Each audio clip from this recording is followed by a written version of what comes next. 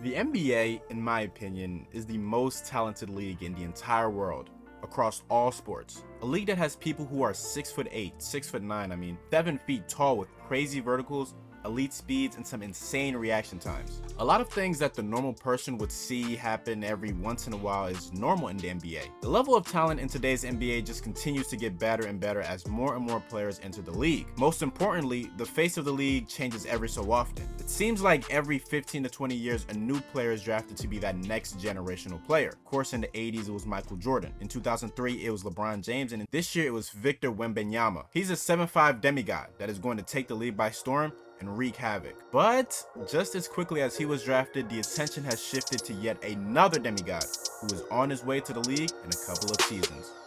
Meet Cooper Flagg. Oh my!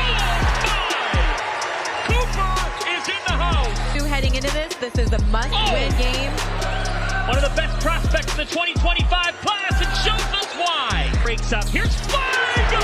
Oh my! Cooper Flagg! Cooper Flagg all the way to the rack! Counted in the foul! Cooper Flagg is a 6'8", 200-pound, 16-year-old. Yes, just 16 years old. Phenom out of Maine. He's an obvious 5-star recruit and is the second-ranked player in the class of 2025. He's just a sophomore and already has offers from Duke, UConn, Michigan, Villanova, and UCLA, just to name a few. Cooper Flagg has drawn a lot of comparisons to Larry Bird due to his on-court mentality and catapult-like shot, but his game projects much higher than that. Cooper Flagg's name has been gaining a lot more traction over the last couple of weeks, but the flashes that he's been showing he's been doing for the last couple of years. As a freshman last year for Maine, Cooper Flagg would average 21 points, 10 rebounds, 6 assists, and 4 blocks a game. He would become the first freshman to be named Maine Gatorade Player of the Year, and playing alongside his brothers, he was able to win a state championship in 2022. But to be the best, you have to contend with the best and do so on the biggest stages. And Cooper did just that. Playing in EYBL, Cooper has went off with a plethora of noteworthy games. In this year's EYBL Summer Circuit, Flagg went off in the very first game, dropping 52 points to go along with 12 rebounds, shooting 16 of 18 from the field. This was the highest scoring output in EYBL history. And that's just one game.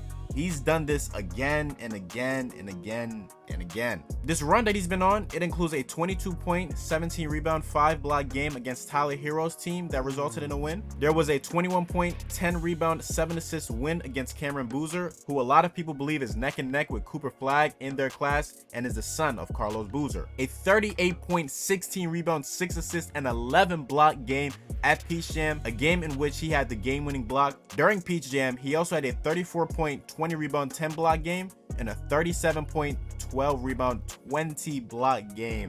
We've never seen anything like this before. And despite the loss in the championship, he still ended up with 18 points, 12 rebounds, and 7 assists. And it's these games that, in my opinion, separate him from anyone in his class. His shooting touch, the quick first step he possesses, his natural athleticism, paired with his basketball IQ and high-level wing playmaking, to go along with his insane defensive ability, using that crazy wingspan to disrupt shots and force opponents to think twice. You combine all of that with his alpha mentality and his willingness to never quit, and it's a player that we've never seen before. This kid is just 16 years old.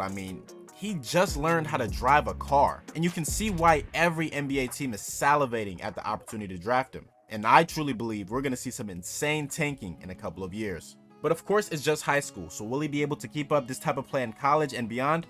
I truthfully believe so.